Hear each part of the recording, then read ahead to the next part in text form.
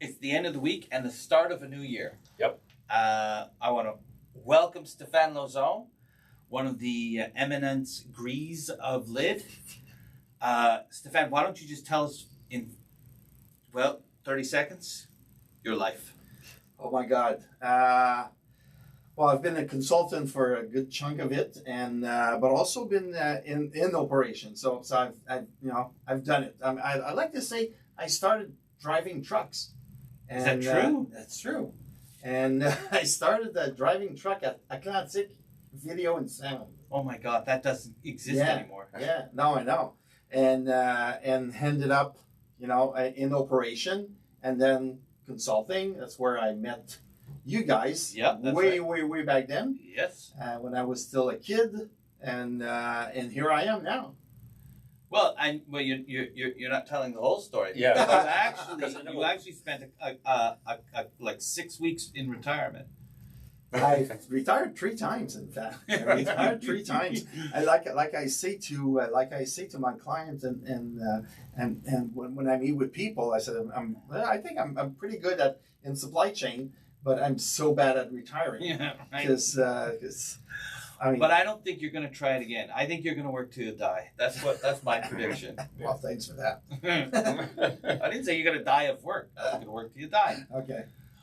Well, great. Let's get into the topic.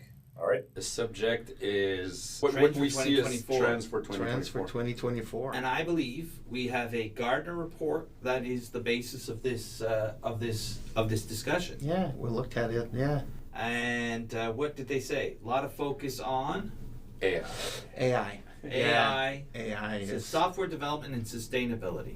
That too. Yeah. Let's talk about AI. Yeah. What is this about European legislation, Stéphane? Well, last you have week, the thickest yes, accent, last so week, you would know yes. what's going Well, on last here. week they've set up some rules. They've started setting up some rules. So, just the groundwork now to make sure that there's limitation around AI. So they want to make sure that everything we've been talking about here, the European Union last Friday, they've put a project together. So they'll put some limitation around AI, the use of AI, of course. So, which makes sense. Whatever the European Union does, I mean, it's such a large market, everybody sort of has to follow them. But let's talk about it in terms of the supply chain. Mm-hmm. I think I was saying the last show I went to, trade show, it was the food service trade show, IFTA, and it's like everyone says, right? They say the calculator. Oh, this is not just any calculator. It's an AI-powered calculator, right? But it's also on the vendor side, everyone's powering AI and everything. On the customer side, every executive that you run into will only start, their ears only open if you say, "Oh no, but it's an AI enabled." Mm-hmm. Like it's this vicious cycle of a bit of hype. But what are we seeing in terms of applications in the supply chain? Anyone? Well, one topic that I thought was very interesting because I was learning, or it's not something I never thought about, was to have machine customers. So that right now, we make our own purchases. Then we can have some assistants that will make some of it, but the decision it only facilitates, and actually I don't use them, so I can't really talk about it, but it's supposed to facilitate you ordering some of the goods that you need. But eventually, these assistants through AI will be trained and modeled to make purchasing decisions for you or for even an organization. And that could bring some challenges to the supply chain. So if you think, and I think you brought up the example of promotions. I did bring this up, Stéphane. You did. David's gonna. Yeah, he's gonna talk about it. He's gonna steal my thunder. Okay. Just kidding. I'm just kidding. I'm just kidding. So if you have machine customers, meaning, just so it's clear, machine customers, I think is an alien term to a lot of people. Fair. But let's talk about, Bill Gates and Microsoft. They've talked about the idea of we'll all have, as consumers, personal assistants, right? that some sort of chatbot Yeah. that isn't like the chatbots we know, which is Purelator or some service pops up and says, "Hi, do you want to talk to me?" And I'm like, "No, I don't. I just want to look at your website." But it will be us with our little chatbots going out in the world and doing things like you'll say to your personal assistant, "Find me the best Vietnamese restaurant within 6 kilometers of where I am right now," and then there's I found 3, and it's a book me a 6 p.m. dinner, and it's going to execute all these transactions that are really just clicks and filling out fields on a website. Yeah. So so these machine shoppers are our, in theory, our personal assistants that know us, and we can program them to do things for us, right? Right. So keep going then. So but these assistants will eventually evolve in not just using your preference or how you Historical information. historical information, but actually from a predictive standpoint, we'll be able to make decisions and make purchasing decisions to fill a need, and therefore what that means is, well, that's where you brought up the example of a promotion. If some models or assistants are trained to achieve a very specific goal, I will buy this product only when his a certain price reaches exactly a Yeah. number. Or I think you gave another good example about the music parts or pieces that I want you to buy everything. So it will create demand for some goods that may be difficult for the parts nodes of the supply chain to fill those, as it may create spikes that are very precise in time and very hard to predict. Yeah, as- because Yeah. so let's put this make a clear picture of that promotion situation. So I will buy, like there's a clothing store that is very expensive, but at the end of the season, I know, and you can see it in their window as I walk past. It starts off 20% discount. No, not going. 30%. But at one point, it'll be 80% discount. Now, at that point, it's just the dregs. They have like hardly anything left, and of course, being a fat man, not much of my size, right? But they have it on their website too. And so the idea is I say, "Hey, chatbot, when it hits 80% discount in my size, buy it." And instead of me having to pay attention every day, it's doing it for me in the background. It's just checking the price, checking the price. And so now it buys it. Well, on the flip side, now I'm running this warehouse, or I'm filling orders from a store, whatever. I put something on promotion, and even today I expect to see a bump, Yes. predictable bump, but now I've got these automated chatbots that are checking constantly to see what the pricing is, and the minute it hits, it's not just a little bump; it's a No. huge bump. So what are we gonna do about that, Stefan, on the supplier side? Well, and that's where we got into. They're going to have to fight that system on their side and put intelligence as well on their side to know where that trigger is. So if 80% is that trigger, they'll want to make sure that they liquidate as much as they can at 70 before they get to 80, because they know that at 80 they're gonna get hit. So they're gonna have their resources in if they go 80, and they'll know exactly that it's 75, or they'll go. Maybe they'll introduce 75% now. Yeah, Because they'll want to smooth. Or They'll want to 79% smooth. off. Yeah, they'll want to smooth that curve. 3% off. They'll want to smooth the curve, right? Yeah. Right. Yes. So that's. But it becomes a battle of them having the tools to be able to predict Yes. and see where those thresholds happen, because they don't know that what is your personal, so they have So it's going to be a machine Against the consumer machine. against the machine Right. retailer. Yeah. And all of us are going to sit there, and we'll just wake up with packages, and we'll say, "Why do I have this package?" Exactly. And then I'll ask my chatbot why, and then I bought it for you. It was it hit your criteria, Yeah. so I bought it for Well, you. I think Be happy. it'll start by recommending, right? It will start. I mean, your assistant's going to start by saying, "Oh man, your preferred perfume is on sale at You know, like you can do today. Yeah. If you do a lot of research now, Yep.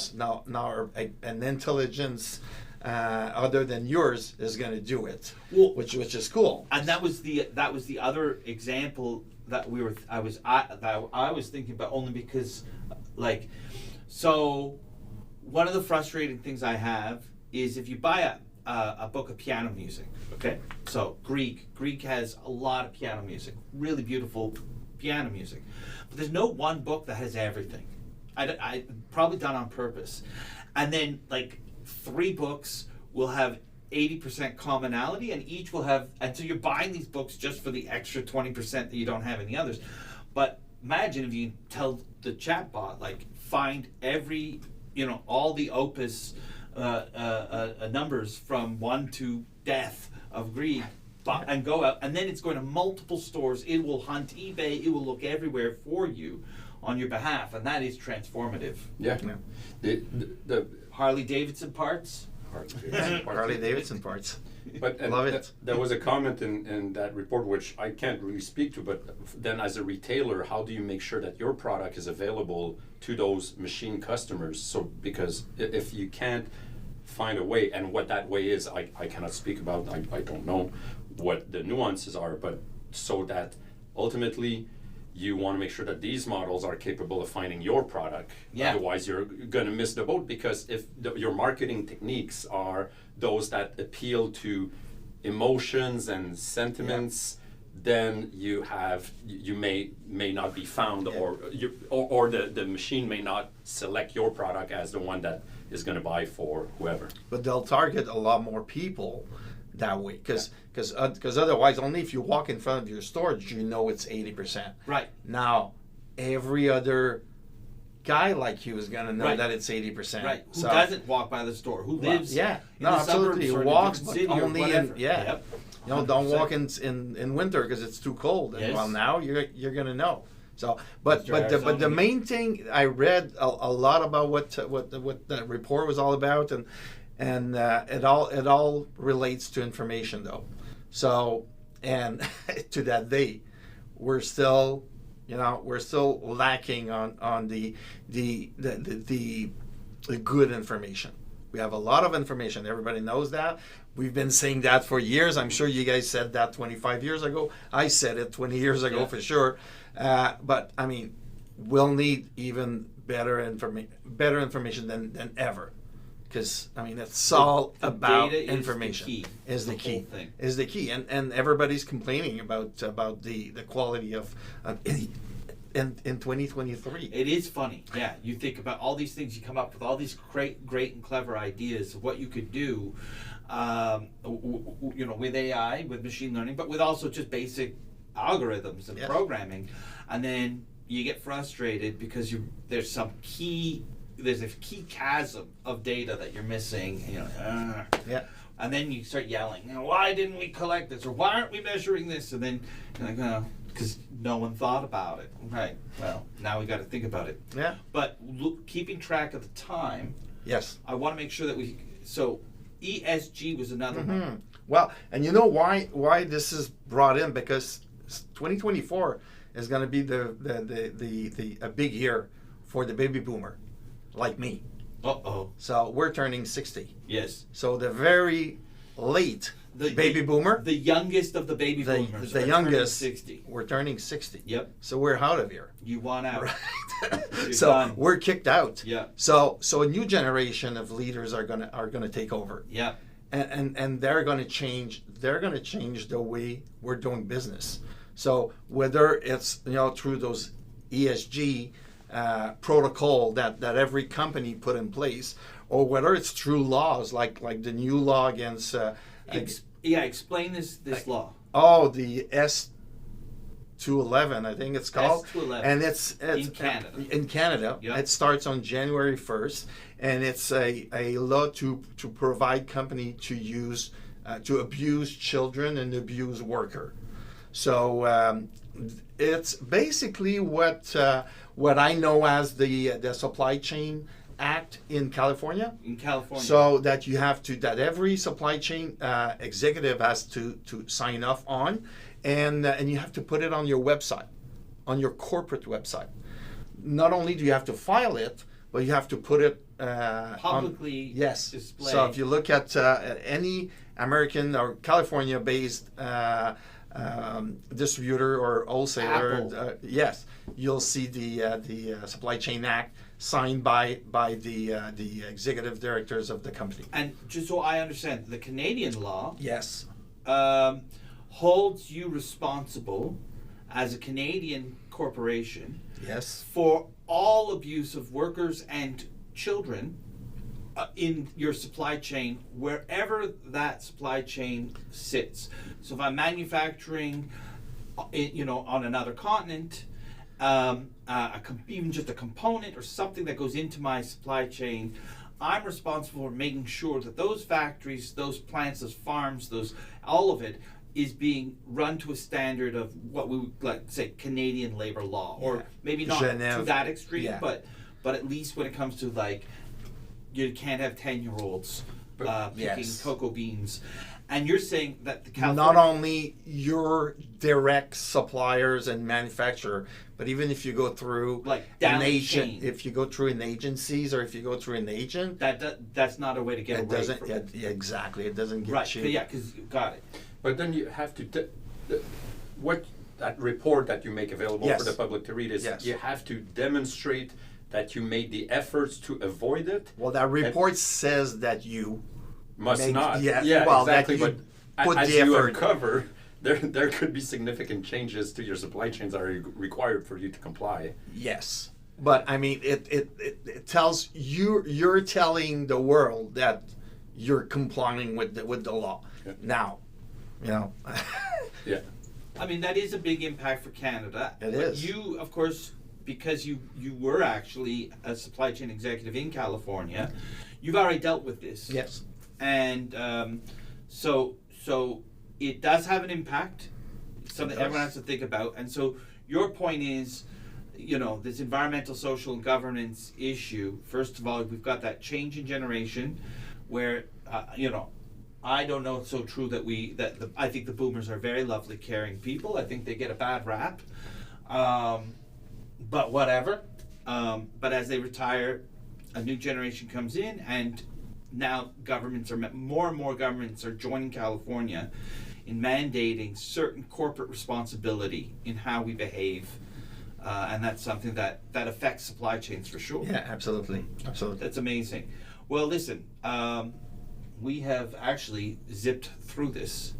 So, any parting words that you want, Stefan, for the new year?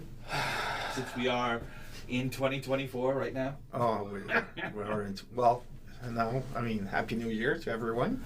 Happy New Year to you, and I mean, let's hope for the best for 2024. I agree. Interest rates down. Interest rates down.